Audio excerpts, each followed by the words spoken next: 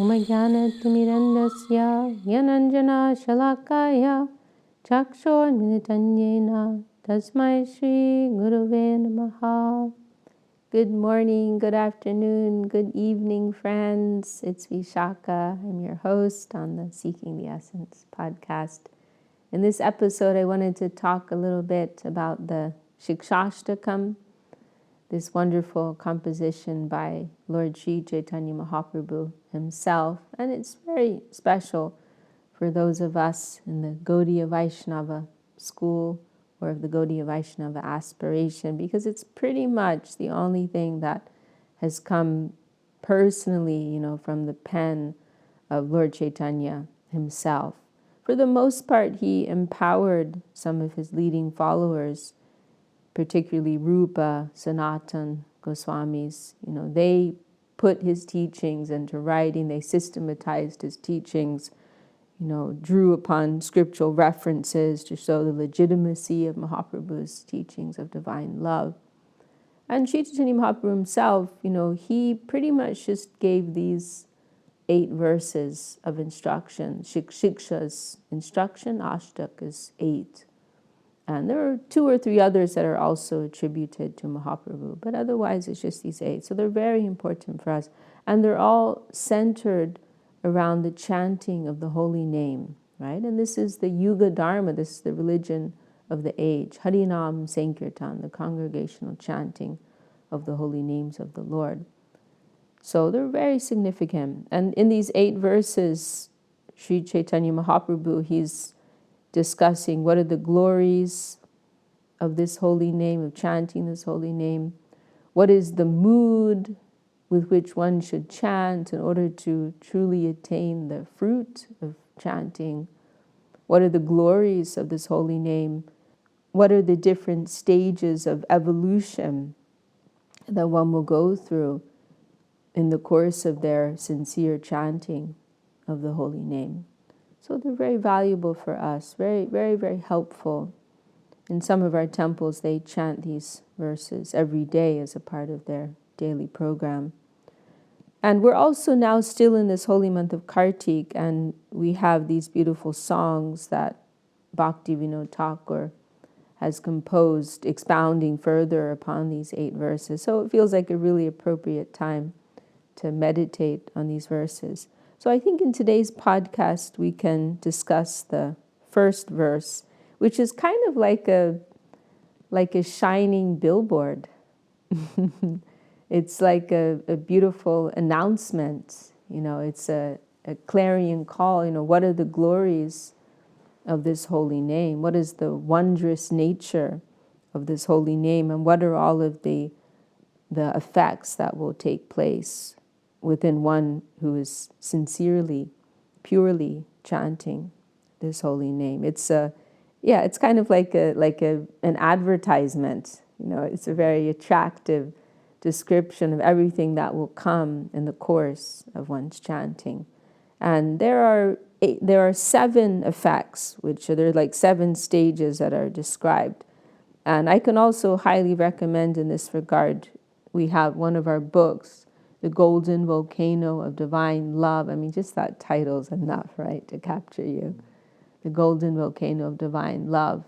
This is from our Param Guru, our grandfather Guru Srila Sridhar Maharaj, and it's an analogy, for Mahaprabhu, this divine, golden, beautiful being, like a volcano emitting, these expressions of divine love in the form of this Siksastakam, right? So actually these prayers of the Siksastakam, they're compared to the lava, coming from this golden volcano.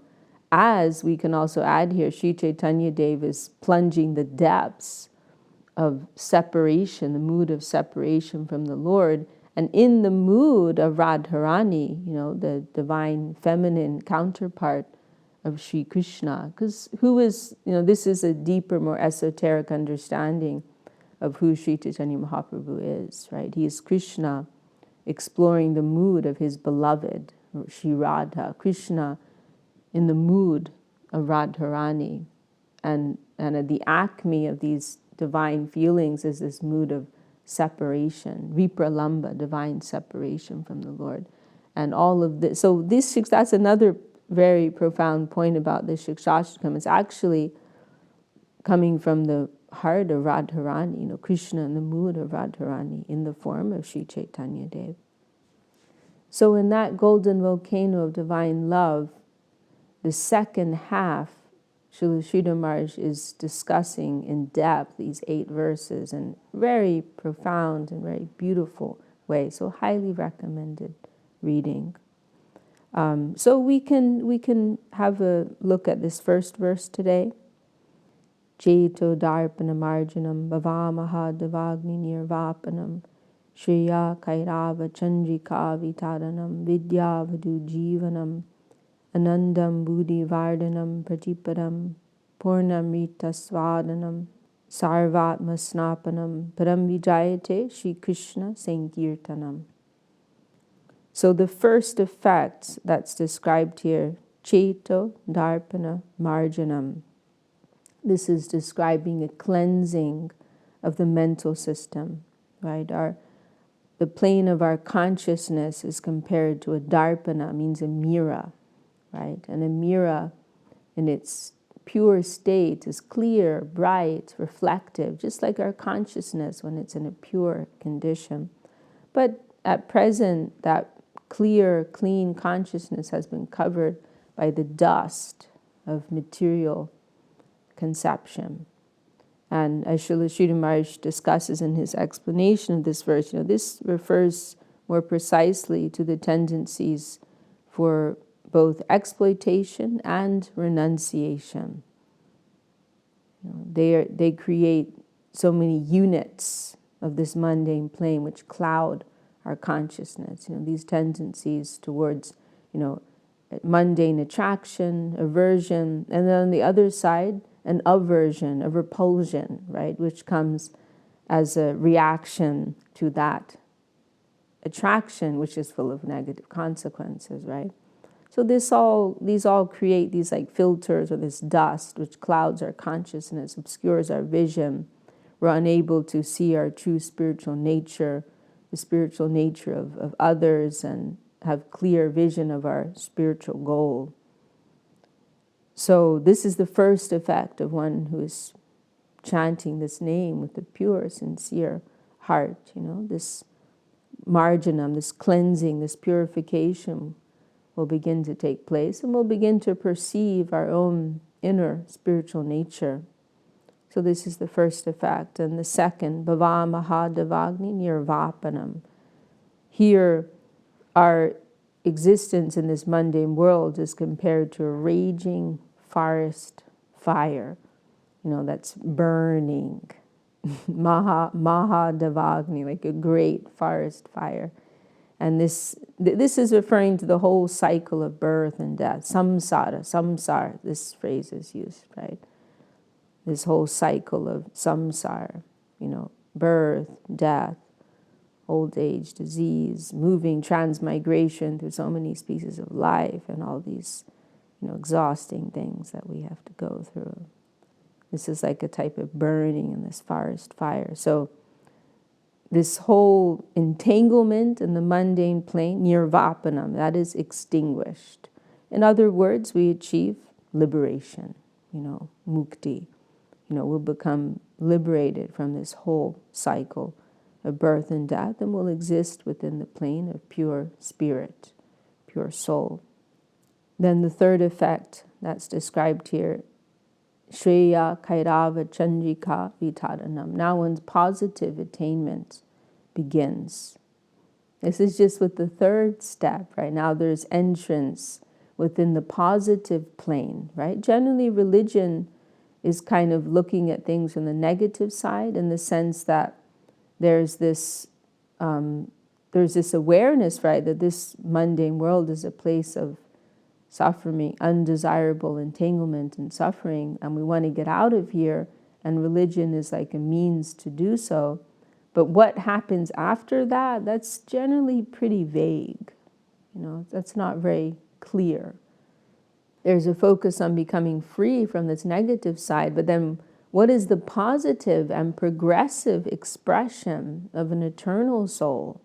That side of things is generally pretty neglected, but this is something that is discussed at great length in the Vaishnava school.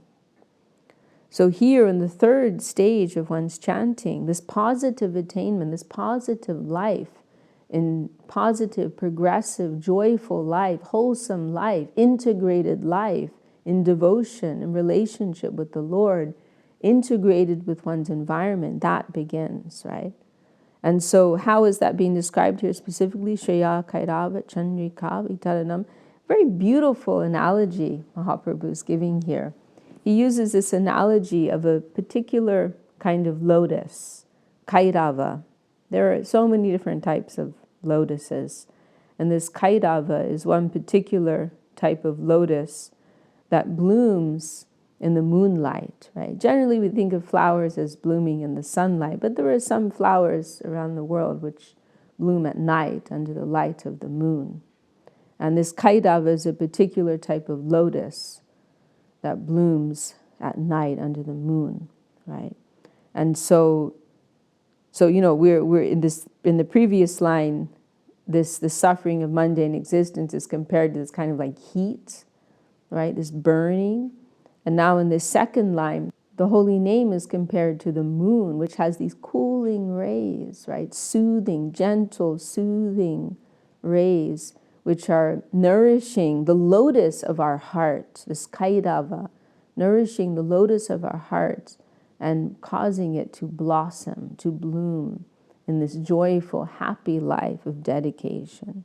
So Shreya Kairava Chandri Kavi Taranam. Once positive, we begin to discover ourselves within dedication. I mean, this is a discussion in itself, isn't it? It's a very interesting point, because generally in this world that we are familiar with, right, the world that has as its foundation the spirit of exploitation, it's like we discover ourselves through self-assertion, right? It's kind of like through kind of an expression of aggression, right? It's on the exploitative side, right? That's how we define ourselves, right? By establishing ourselves over and above others. That's how we define ourselves, right? I am this. I own this. I do this. And our advancement is generally at the expense of others, right, in this world. That's how we discover who we are in this world. But what we'll discover in the plane of dedication is that our true self will actually be uncovered in the opposite tendency, right? By self-giving, by self-submission, by self-sacrifice. That is actually how our true self will come out at the deepest level. How we can find our true identity in the spirit of dedication, right? This is kind of like, this is what the science of Vaishnavism is about, what Krishna consciousness is about. How such a thing is possible, right? It's actually, we're actually talking about, if we're just going to shave away all the fluffy stuff, we're talking about a type of slavery. Divine slavery, When you use that word, it sounds a little scary, but think about it. We're all slaves anyway. Slaves to beauty, slaves to our senses, right? Slaves to our mundane urges. But we're talking about slaves of divine beauty, slaves of divine love. That's what we're talking about, right? But here's the thing. This isn't a slavery where you're losing your identity. In this world, when we're being dominated by someone, we're being squashed, right? We lose our identity. But in this plane, the aggressor is our beloved divine Lord, right? And it is unsweetened. The whole transaction is sweetness. To be owned by love, to be owned by beauty, personified. That is only a joyful, sweet, uplifting thing, right? So this is what will begin to emerge in the third stage of our chanting. What is our identity in dedication. What is our relationship with the Lord? That will emerge in that plane of dedication, personal relationship with the Lord. Then the next stage, vidyavadu jivanam. This is referring to a more intimate, close, loving relationship with the Lord. Anandam buddhivardhanam pratipadam. This is a very beautiful phrase, saying that one will experience an ocean of joy, ever increasing. Vardhanam means increasing, ever increasing. Anandam buddhi, ocean of joy, pratipadam, at every step. Right? This is something hard to conceive. In one place where Srila Sridhar Maharaj is talking about this verse, he says, it is not like the joy, the stale joy of this world. Not like the stale joy of this world, but it is fresh. It is new at every step. And I was, sometimes when I'm thinking about this verse, I think of how, in this world, like in the world of marketing and sales, and it's like considered a desirable thing to have reliable taste, right? Like when companies, like food companies, right, they're selling a particular chocolate bar, and it's considered a desirable thing that they can always make like the exact same taste, right, in every batch that they make, right? And then the consumers, they're always like relying on that particular brand of chocolate bar. They're going to get that same sensation, that same experience, right, every time that they get that chocolate bar. And that's like a desirable attribute. But imagine like a chocolate bar that you buy where every time it's 100 times better than the last one, right? New flavor, new sensation, new flavor experience, right? And just better and better and better in a multitude of different ways, right? Like, imagine that. We can't imagine it, right? That's part of the problem. But as Srila Sridhar Maharaj said, not the stale joy of this world, but a joy that is always fresh, always new, always increasing. Right? Nava Yovanam, this is one description of Krishna, ever youthful, ever fresh. And so this is actually one way by which we can measure our connection with the real current of truth, that we're feeling something fresh, right? It's not that every day we're doing things by rote in some dry, ritualistic way, but every day there's some new, some novel angle, some fresh taste, some new enthusiasm, some deeper feeling, right, that's coming. There was actually one occasion when someone asked Srila Sridhar Maharaj, how can we know that we are on track, that we're really practicing properly, we're on track? And Srila Sridhar Maharaj said, the evidence will be that you're always getting some fresh feeling, right? And he gave a few examples. One example he gave was the Sarva Dharmam Prityaja Mamekam Sharanam Vraja, famous Hare Krishna verse, everybody knows, Bhagavad Gita, 1866. So Srila Sridhar Maharaj commented, how many times, someone may repeat this verse when they're sharing the teachings with others. Said, but every time that they express it, there will be some fresh angle that comes. It's not just that they're always like spouting some memorized set of words, right? But there'll always be some fresh angle, fresh visions, some fresh feeling that comes to them. It won't be dry, it won't be stale. It's not that, oh, here I am again, chanting this verse that I memorized. But the living nature of it, right, will be coming through. Because that's the nature of Krishna, and that's the nature of real Krishna consciousness. It's ever fresh. It's ever new.